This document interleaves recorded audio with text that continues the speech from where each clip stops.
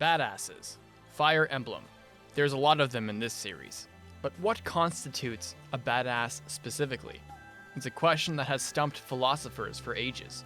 Dictionaries define it as a tough, uncompromising, or intimidating person, which is technically true.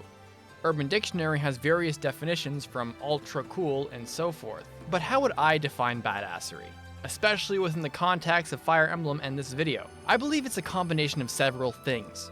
Courage, the mental or moral fortitude to face or withstand danger or fear. Competency, oftentimes in martial prowess to the point of being so effortlessly able to take down opposition that it strikes fear into one's enemies and inspiration in one's allies, or hope to the masses. When it's go time for a badass character, you as the player are sort of expecting this character to win already, by virtue of their mental and martial skill. Even in the face of harsh circumstance, they already have the answer and are going to execute it.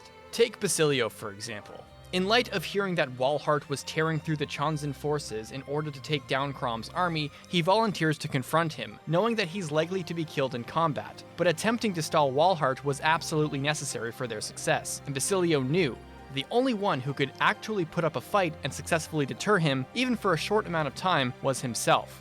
When he arrives in the battle, he is in fact no match for Walhart and is soundly defeated, but heeding Lucina's warning that he dies in her timeline, stalling Walhart, he feigns his death. That scene was very memorable to me, and solidified that Basilio was a badass. But that's not to say that just being strong and tough qualifies one to be a badass. It certainly helps, and Basilio definitely fits that criteria among many other characters, but strength of spirit, mental and emotional toughness, sometimes forged out by past emotional or mental experience or trauma, to never waver in their convictions, no matter the odds, no matter how seemingly undefeatable one or dozens upon dozens of enemies there might be, they seemingly remain, or may actually be, unnerved. Jagen in Mystery of the Emblem Book 2 fits badassery. After losing his patience with Lang, the Arcanean general who is chiefly responsible for the torment of the Grustian people, constant verbal abuse towards Marth, and Altea as a suzerain state to Arcanea, and frustrations that they need to follow Arcanea's orders, Jagen finally snaps back. Bear in mind, Jagen is just a retired tactician at this point that can't fight anymore when he says the following. Lang, you have constantly mocked our Prince of Altea with your actions. Even if His Highness could forgive you, I certainly could not. Come, draw your sword. Even though I, Jagen, am old, I will not lose to somebody like you. Everyone is so shocked that Jagen just told Lang to square the fuck up that Lang literally runs away. And Marth is just taken aback that Jagen lost his temper and said this. Jagen has nerves of steel and was absolutely not kidding. To defend his lord from slander and threats of invasion, he was willing to cross blades one more time. While clearly not having the physical prowess to keep up, his confidence in his martial prowess and his mental edge shook Lang into leaving. Jagen is an OG badass, arguably the first in the series ever. The rest of this video is going to highlight in more detail two characters that also greatly exude badass energy. Dedue Molinaro from Fire Emblem Three Houses, and Eyvel from Thracia 776. Dedue is Dimitri's retainer with a unique relationship starting from when he was a young prince dealing with the loss of his father. An event which Dimitri saw the gruesome murder of his father, Lambert, the knight Glenn, and many other knights of Faerghast, Dusker's people were scapegoated and blamed for the attack. The consequence of the attack was Dusker's total annihilation and subsequent annexation, led by various lords of various standings within the kingdom. Dimitri was among those part of the Dusker campaign, and during a mission, he saw a single person surrounded by soldiers ready to kill him. Feeling like he must save at least one person from this horrific series of events, he jumped to his aid and shielded Dedue from the attack. Upon seeing him rescue a man of Dusker for seemingly no reason, Dedue chose to become Dimitri's guardian. Their camaraderie blossomed afterward. Dimitri taught him how to read and write, and was among the only ones who treated him with dignity. Dimitri treated him like a brother, while Dedue looked at him as the only person in the world worth living for. When they reached the academy, Dedue had long already vowed to be Dimitri's sword and shield. The two share a unique and sacred bond that is arguably the strongest for any lord and retainer the series has ever seen. Sure, that is his duty as his retainer and a knight, but he does this because he loves him. Likewise, the prince has gone above and beyond for his adoptive brother, defending his honor from racist, skeptics, and the like. However, his desire to protect Dimitri and to fight at his side no matter what does not make him a badass, but it does lie at the core of his badassery. There are two reasons that I find him to be a badass. His unflinching willingness to protect and rescue Dimitri, and two, his mental fortitude. This quiet strength to bear the brunt of ceaseless racism every day and to refuse to harbor resentment towards anyone who treats him unfairly. Azure Moon, Crimson Flower, and Verdant Wind and Silver Snow all showcase different instances of this immovable object doing the unthinkable for his lord. In Azure Moon, after Edelgard's victory in Garreg Mach, Dimitri has spent years on the run as a fugitive from his own kingdom, murdering Empire soldiers in brutal ways in his path. He was to be executed by Cornelia for the alleged crime of killing his uncle, but he was saved by none other than Dedue. The Boar Prince is left to assume that Dedue sacrificed himself so that he would continue to live. And if the player completed War for the Weak, Dedue actually does survive, thanks to his Discurian brothers repaying their debt to him and Dimitri, by saving him and tending to his wounds. Upon their reunion in Chapter 18, Dedue has only one thing to say, that he wants to witness his victory himself and to once again be his sword and shield. In Verdant Wind and Silver Snow, he has been tracking Byleth and has been hiding in Enbar waiting for his opportunity to meet them. He swears vengeance against Edelgard and to bring Dimitri her head. In the castle itself, he will arrive as a reinforcement, ready to take on the Empire's remaining forces, all by himself. Lastly, in Crimson Flower, he willingly turns himself into a demonic beast to help Dimitri defeat Edelgard. As far as his physical strength and competency as a warrior goes, paired with his dedication to Dimitri, he performs unthinkable feats of heroism and selflessness. But there is another component to his person that I find badass too. He pushes forward. As a survivor of genocide, living in a racist society, his emotional and mental strength is unbelievable. He feels worse about what others will say about Dimitri or Sylvain or anyone else who socializes with him because of their mere association with him, more so than the slander and the physical pain he receives just by being from Duscur. The people of Duscur. Save your breath.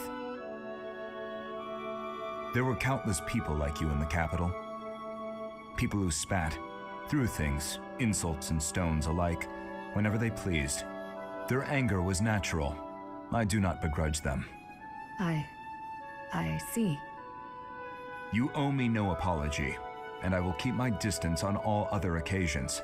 But on the field of battle, allow me to aid you. If you were to fall, His Highness would grieve. I see. He recognizes that people are disgusted by his existence, and he deals with that label and prejudice thrown his way unendingly. Perhaps the gardening of Duscur plants and the cooking of Duscur meals to keep him connected to his culture helps him stay ever so grounded, stoic, serene, humble, and boundlessly kind to others. Whatever the case may be, his physical strength, relentless dedication to his friend, and mental toughness to persevere in the face of adversity are what makes him a badass in my book. Eyvel from Thracia 776.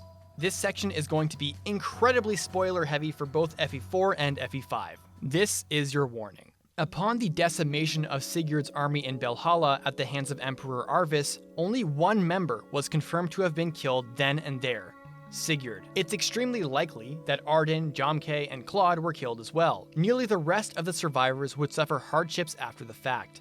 Teal'c was captured and tortured day after day by Hilda until she died. Aera, Lex, Azel, and Loxus may have been captured and petrified. Edain survived and ran an orphanage in Tirnanog, raising Seliph, Larcé, Dermot, among others. There were two warriors, however, that had particularly unique fates after the battle, Luwin and Brigid. But their survival wasn't a lucky chance. It was literal divine intervention. The dragons, the gods of Yggdrasil, are not supposed to intervene with the human race, especially to save a person's life. But Forseti and the god from the Ulir bloodline intervened anyway, creating a Gios, a binding contract between gods and mortals with their respective descendants. Luwin survived the battle and tried to kill Manfroy himself, but he was killed. Forseti, the dragon of which Luwin's blood belongs, formed a Gios.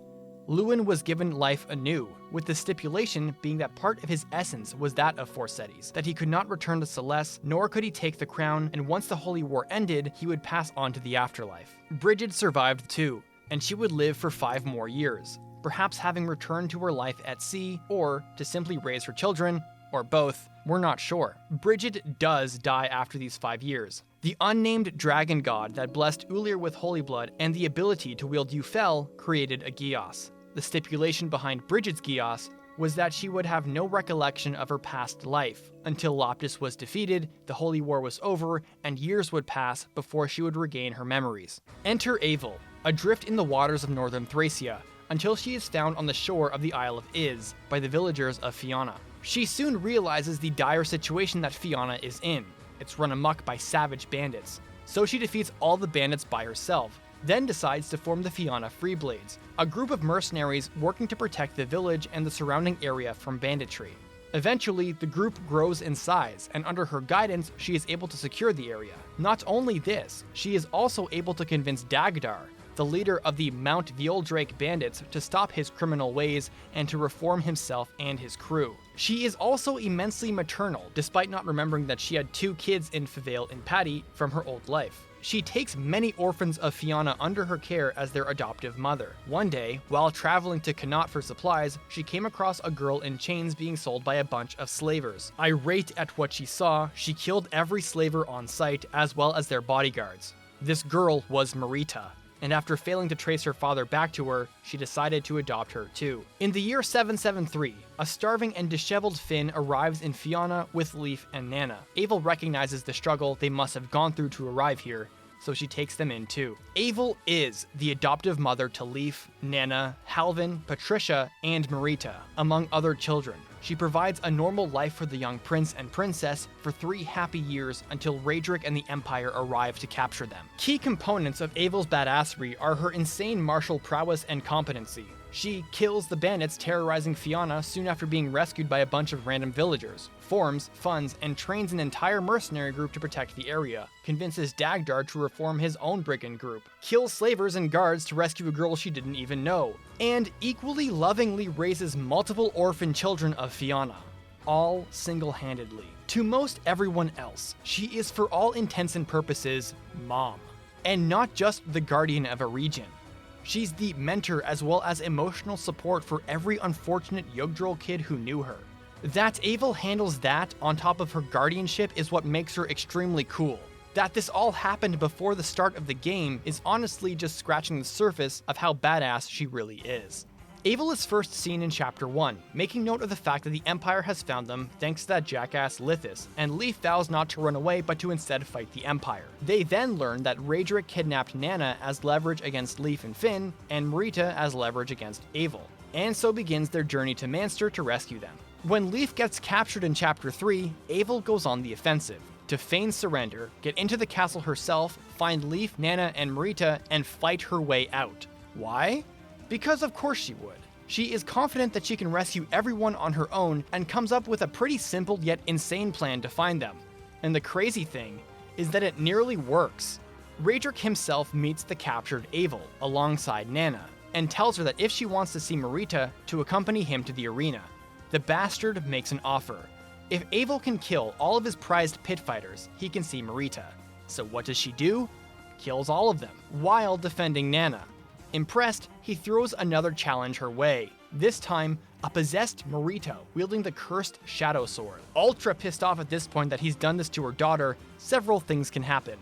1. The player sucks and Eyvel loses. 2. The player wins but kills Marita in the process, which is hard to do because she doesn't attack back if Marita attacks her. Or 3. Successfully capturing Marita by knocking her unconscious.